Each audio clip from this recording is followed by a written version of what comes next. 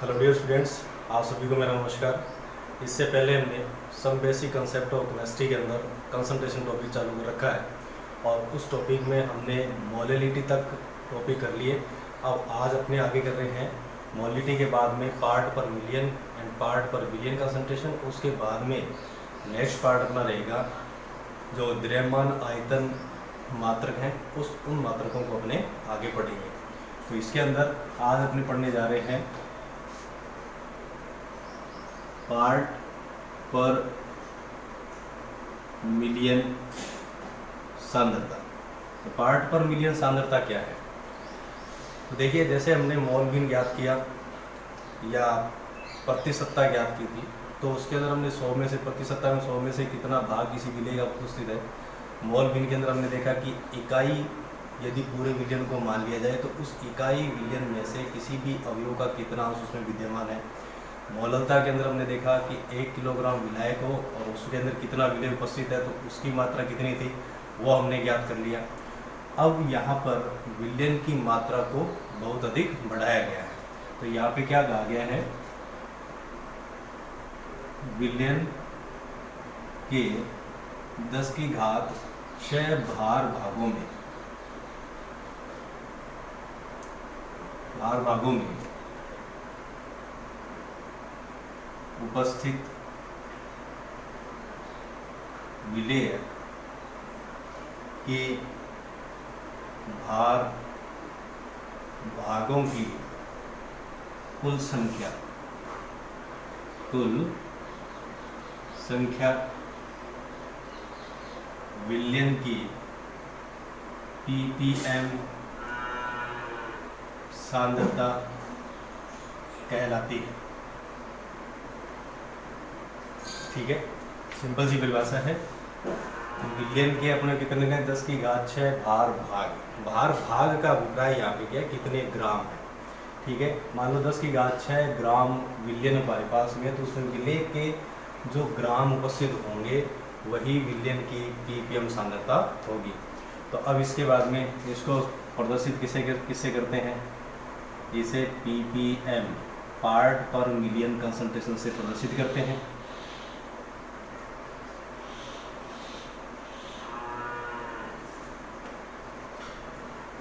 इसकी इकाई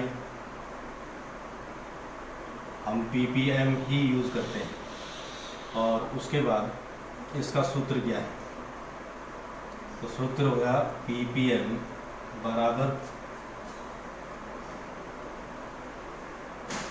विलेय के भागों की संख्या या विलेय का द्रव्यमान ग्राम में, और फिर नीचे क्या लिखेंगे, विलेय के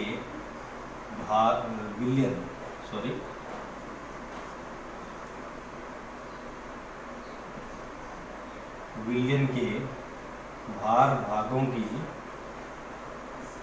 संख्या और इंटू 10 की घात 6। तो इस प्रकार से इसको यूज कर सकते हैं। फिर जैसे कि मैंने बताया कि ये विलेय का द्रव्यमान और ये विलयन का द्रव्यमान है, तो शॉर्ट फॉर्मूला अपने बना सकते हैं ppm बराबर WB अपॉन WS इंटू 10⁻⁶। तो इस फॉर्मूले द्वारा आप क्या करोगे, ppm सांद्रता ज्ञात करेंगे। कैलकुलेशन से उसी तरीके से होगी जिस तरीके से हमने प्रतिशत सांद्रता कैलकुलेट की थी। अब उसके बाद में नेक्स्ट सांद्रता कौन सी, इसके अंदर पार्ट पर बिलियन। तो पार्ट पर बिलियन को लिखा जाता है ppb से, और इसकी परिभाषा भी सेम इसी प्रकार से है। यहाँ पे हमने लिया 10 की घात 6 भार भागों की संख्या और यहाँ पे होगी 10 की घात 9 भार भागों की संख्या। तो देखिए, हम ये कहेंगे विलयन के 10 की घात 9 भार भागों में उपस्थित विलेय पदार्थ या विलेय के भार भागों की संख्या विलयन की ppb सांद्रता कहलाती है। पीपीवी सांद्रता कहलाती है। तो दोनों की परिभाषा लगभग एक जैसी है। इसे पीपीवी से प्रदर्शित करते हैं, इसे पीपीएम से प्रदर्शित करते हैं। इसकी इकाई पीपीएम थी तो इसकी इकाई भी पीपीवी हो जाएगी। और सूत्र क्या हो जाएगा, सूत्र भी सेम है। जहाँ पे 10 की घात आपने 6 यूज़ किया वहाँ पे 10 की घात 9 यूज़ करना है, बाकी सेम है। तो पीपीवी बराबर विलयन के भार भागों की संख्या इंटू 10 की घात 9 और बटे में विलयन के भार भागों की संख्या। या इसको पीपीवी फॉर्मूले को अपने कैसे लिख सकते हैं, WB upon WS into 10 power 9। ये शॉर्ट फॉर्मूला अपने यूज कर सकते हैं। देखिए एक चीज़ और ख़ास तौर पे यहाँ ध्यान रखनी है अपने को कि कई बार कभी हम कोई कंपटीशन एग्ज़ाम देते हैं तो एग्ज़ाम में हमें विलयन के भार भाग न दे करके विलायक के भार भाग दे दिए जाते हैं। तो विलयन के भार भागों की संख्या दी हो चाहे विलायक के भार भागों की संख्या दी हो, फॉर्मूला इसी तरह यूज़ करना है और कैलकुलेशन भी इसी तरीके से होगी। उसका कारण क्या है, क्योंकि यहाँ पे हम सीधा कह रहे हैं कि 10 की घात 6 या 10 की घात 9, यानी ये तो कितना है 10 लाख, ये तो कितना है 10 लाख ग्राम गांडू विलयन हो हमारे पास। और 10 लाख ग्राम विलयन के अंदर यदि विलेय पदार्थ 10 से 20 ग्राम उपस्थित होता है तो विलेय पदार्थ का 10 लाख ग्राम के अंदर कोई ज़्यादा योगदान नहीं है। तो वहाँ पे यदि डायरेक्ट आपको विलायक दे दिया जाए तो भी कैलकुलेशन का तरीका वही रहेगा। और इसमें आपको सिर्फ इतना ध्यान रखना है कि यहाँ पे विलायक भी काम में शब्द लिया जा सकता है, विलायक भी लिखा हुआ मिल सकता है आपको, तो यहाँ पे विलायक भी आ सकता है। जहाँ पे आपने WS यूज़ किया है उसकी जगह आपकी क्या यूज़ करेंगे, WA, उसकी जगह आपको क्या यूज़ कर लेना है, WA यूज़ कर लेना है। तो PPM और PPV सांद्रता में इतना ही पढ़ेंगे हम। अब अपने आगे टॉपिक स्टार्ट करेंगे द्रव्यमान आयतन सांद्रता या द्रव्यमान आयतन मात्रक। तो देखिए द्रव्यमान आयतन मात्रक को हम किस प्रकार से परिभाषित करते हैं, आपने पहले पढ़ा था इसको, और जब मैंने इनका वर्गीकृत किया था तब भी वहाँ पे इनके बारे में पूरी बातें लिख दी थी। द्रव्यमान मात्रक वे मात्रक हैं जिनके अंदर विलेय पदार्थ का तो हम द्रव्यमान काम में लेंगे, जबकि विलायक या विलयन जो होगा उसका हम यहाँ पे आयतन काम में लेंगे। तो ये ऐसे मात्रक हैं जिनमें विलेय का तो हम द्रव्यमान उपयोग में लेते हैं, जबकि विलायक का या विलयन का या हम आयतन उपयोग में लेते हैं। ठीक है, तो अब इसके बाद इसके अंदर पहला मात्रक हमारे पास था द्रव्यमान आयतन प्रतिशतता, द्रव्यमान आयतन प्रतिशतता, जिसे व्यक्त किया जा रहा था W/V% से।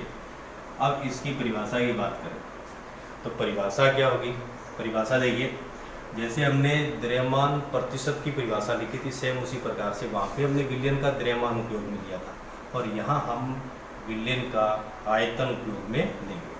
तो देखिए परिभाषा क्या हो जाएगी, प्रति 100 ml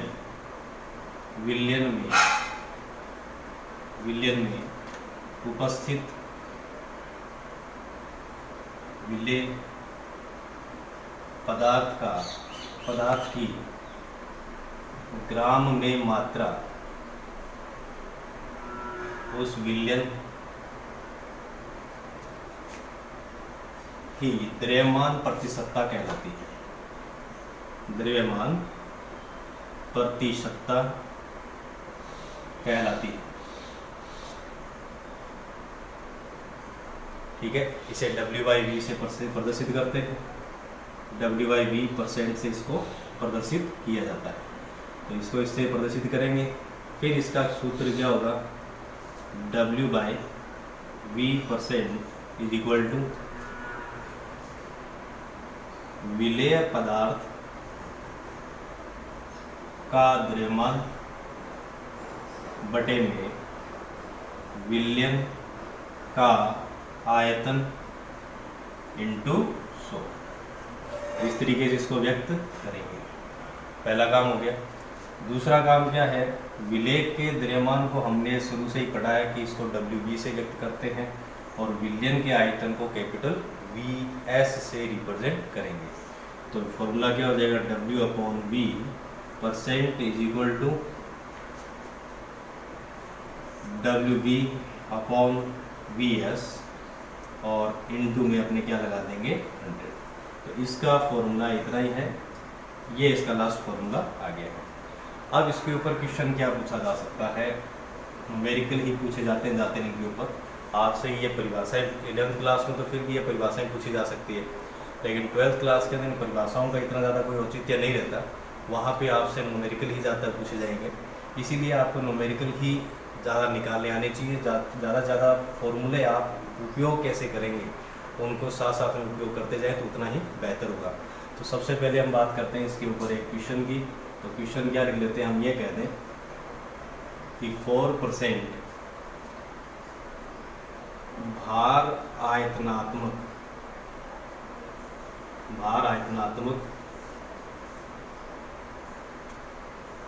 H2SO4 विलयन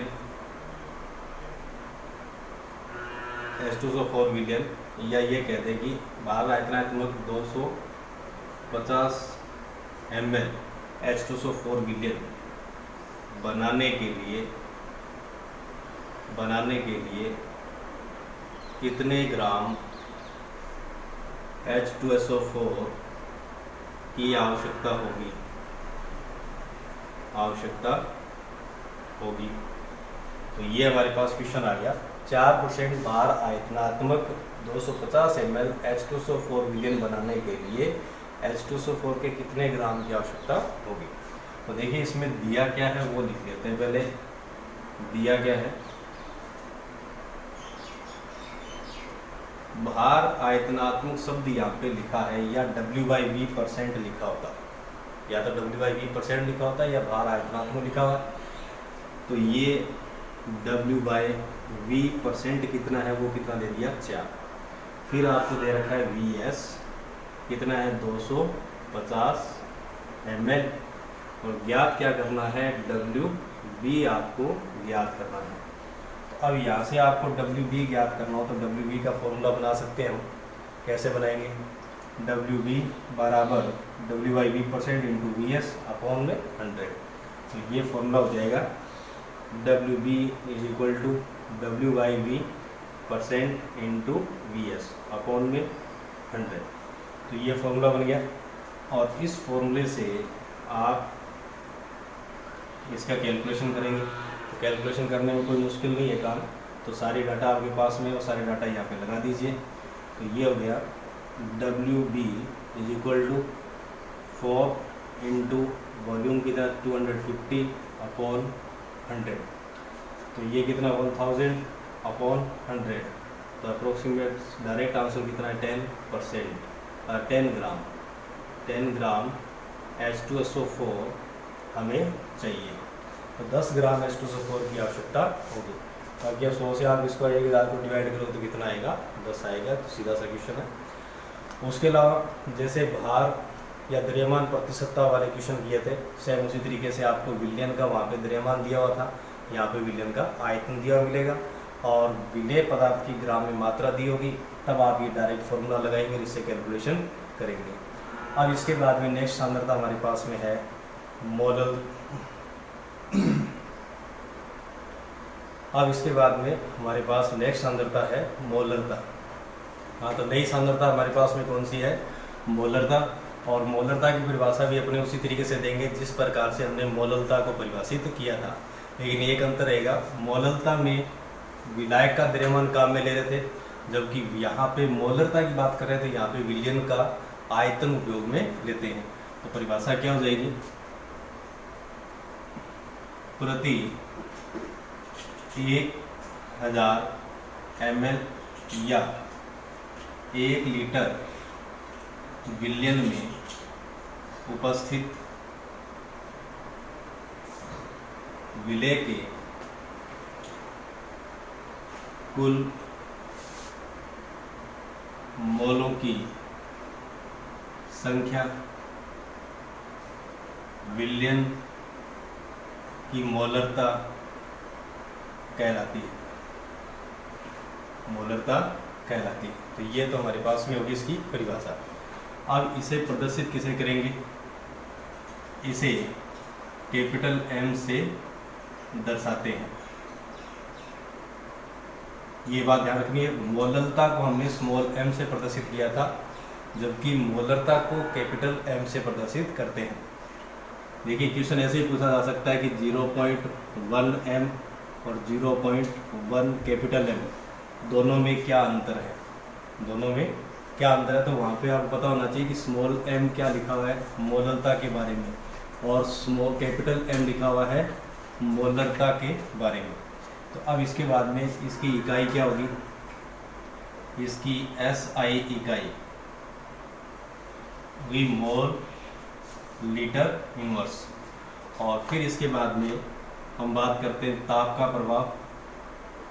ताप का प्रभाव भी हमें पता होना चाहिए, मोलरता पे क्या प्रभाव पड़ेगा। तो हम कहेंगे जैसे ही ताप बढ़ाएंगे, ताप बढ़ाने पर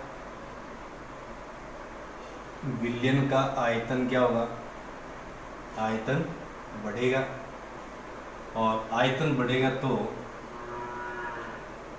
विलयन की सांद्रता घटती है, या मोलरता घटती। सांद्रता की जगह शब्द क्या लिख सकते हैं, मोलरता। क्यों घटती है उसका कारण लिख देते हैं, क्योंकि प्रति एकांक आयतन में विलय के मोलों की संख्या घटती है।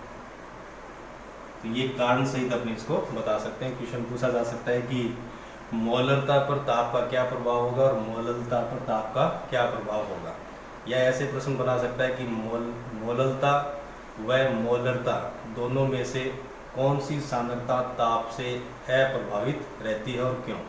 तो उसमें आप मोलरता के बारे में तो आपने देख लिया कि ताप बढ़ाने पर विलयन का आयतन बढ़ता है तो प्रति एकांक आयतन में मोलों की संख्या घटेगी, और इसलिए विलयन की सांद्रता क्या होगी, कम हो जाएगी। जबकि मोलरता के अंदर हमने ये कहा था कि पदार्थ का द्रव्यमान जो होता है, या विलयन का द्रव्यमान जो है, वो ताप के साथ में परिवर्तित नहीं होता, क्योंकि ताप पर द्रव्यमान निर्भर नहीं करता है। तो इसीलिए इन दोनों में अंतर देखा जा सकता है। फिर इसके बाद हम बात करेंगे सूत्र की। तो सूत्र इसमें लिखेंगे तो कैपिटल एम बराबर विलय के मोल बटे में विलयन का आयतन, इसको लिखेंगे VS से और इनको लिखेंगे NB से। और ये VS से लिखा हो तो आयतन हमेशा किस में लेना है, अपने को लीटर इकाई में लेना है। फिर उसके बाद में विलय के मोल आप कैसे ज्ञात कर सकते हो, पहले भी आपने समझा है। विलय के मोल बराबर क्या होता है, विलय का द्रव्यमान जो क्वेश्चन में दिया हुआ होगा बटे में विलय का अणुभार, विलय का अणुभार। तो विलय के दिए गए द्रव्यमान को तो हम लिखते हैं WB से, और अणुभार को किससे लिखते हैं, MB से। तो ये दोनों फॉर्मूले आपस में मिला लिए जाए, विलय के मोल की जगह यदि इनको रख दिया जाए तो फॉर्मूला क्या हो जाएगा, M बराबर विलय का द्रव्यमान बटे में विलय का अणुभार इंटू 1 बटे में विलयन का आयतन। तो ये हो गया विलयन का आयतन, और किस में लिखेंगे, लीटर में दिया गया है अभी तक। तो अब इसके बाद इसको हम शॉर्ट फॉर्म में भी प्रदर्शित कर सकते हैं। तो शॉर्ट फॉर्म में कैसे प्रदर्शित करेंगे, तो M बराबर विलय के द्रव्यमान को किसे लिखते हैं, WB से, विलय के अणुभार को किसे लिखेंगे, MB से, इंटू विलयन के आयतन को किसे लिखेंगे, VS से, और ये किस में है, लीटर में है। तो पहला फॉर्मूला तो आपका ये बन गया। लेकिन विलयन का आयतन ज़्यादातर क्वेश्चन में ml में दिया हुआ मिलता है, लेकिन सांद्रता की इकाई आपको यहाँ पे मोल प्रति लीटर ही लेकर आनी होती है। तो इसके लिए आपको क्या करना है, विलयन के आयतन को यदि ml में दिया हो तो इसमें लीटर में बदलने के लिए वॉल्यूम ऑफ सॉल्यूशन को 1000 ml लीटर इनवर्स से डिवाइड कर देंगे। डिवाइड करने वाली वैल्यू यहाँ ऊपर जाकर के मल्टीप्लाई हो जाएगी। तो इसका फॉर्मूला क्या बन जाएगा, या लिख के यहाँ पे लिख देता हूँ, M बराबर WB upon MB into 1000 ml litre inverse upon VS इन ml। तो ये फॉर्मूला हमारा लास्ट फॉर्मूला आ गया। तो ये मोलरता के बारे में था। अब मोलरता का द्रव्यमान, प्रतिशतता और विलयन के घनत्व के साथ में संबंध एक अच्छा टॉपिक है और उससे संबंधित एक न्यूमेरिकल बनता है, तो वो भी अपने यहाँ पे कर लेते हैं। तो सबसे पहले हम बात करेंगे मोलरता W/W परसेंटेज व घनत्व। घनत्व किसका, विलयन का घनत्व यहाँ पे उपयोग में लेंगे। इन तीनों में संबंध क्या होता है वो हम ज्ञात करेंगे। तीनों में संबंध, ये नई हेडिंग लगा के लिखेंगे आप। तो अब यहाँ पे मोलरता का फॉर्मूला आपके पास में है WB अपॉन MB इंटू 1000 बटे में VS। W/W परसेंट का फॉर्मूला होता है WB अपॉन WS इंटू 100। और घनत्व का फॉर्मूला क्या होगा, DS बराबर होगा WS अपॉन में VS। तो विलयन का आयतन, घनत्व और घनत्व का आयतन द्रव्यमान बटे में आयतन। तो विलयन का घनत्व ज्ञात करना, तो विलयन का द्रव्यमान और विलयन का ही आयतन उपयोग में लेंगे। अब यहाँ से देखिए, यहाँ से मैं VS को अलग से ज्ञात कर सकता हूँ। तो VS बराबर क्या हो जाएगा, WS अपॉन में DS। अब इस VS का मान जो है वो आप इस फॉर्मूले में लगा दें। तो इस फॉर्मूले के अंदर लगा देंगे तो हमारे पास फॉर्मूला क्या बन जाएगा, M is equal to WB upon MB into 1000 into DS बटे में क्या आ जाएगा, WS। अब इस 1000 को आप दो टुकड़ों में बांट लें। तो इसको दो टुकड़ों में कैसे बांटेंगे, M is equal to WB upon MB into 100 into 10 into DS, ठीक है। और अपॉन में क्या आ जाएगा, WS। तो अब इस WS थोड़ा इधर लिख लेते हैं, WS। अब इन सब को देखिए आप, ये किसका फॉर्मूला बन रहा है, WB अपॉन WS इंटू 100। इसका बन रहा है W/W परसेंट का। तो जहाँ पर WB लिखा है वहाँ पे हम W/W परसेंट लिख देते हैं, बाकी वैल्यू जैसे पड़ी वैसे लिख लेते हैं। तो फॉर्मूला क्या बन जाएगा, M is equal to W/W percent into 10 into DS upon MB। ये फॉर्मूला आ गया जो हमें याद करना था, जो हेडिंग हमने लगाई थी उसका वैल्यू आ गया है। ये फॉर्मूला क्या काम आएगा, मान लो विलयन के अंदर आपको विलयन का आयतन नहीं दिया गया है और आपको विलयन का केवल घनत्व दे रखा और द्रव्यमान प्रतिशतता आपको दे रखी है। तो उस केस में बड़ी कैलकुलेशन करने की बजाय आप डायरेक्ट ये फॉर्मूला यूज़ करेंगे और इससे इसका आंसर आ जाएगा। तो आज की क्लास में इतना ही। नेक्स्ट क्लास में मिलेंगे, इनके न्यूमेरिकल किस प्रकार होते हैं उन न्यूमेरिकल को अपने नेक्स्ट क्लास में करेंगे। और फिर उसके बाद में मोलरता के बाद में नॉर्मलता टॉपिक आएगा और नॉर्मलता का मोलरता के साथ में क्या संबंध होता है वो भी अपने आगे वाली क्लास में समझेंगे। तो तब तक के लिए थैंक यू।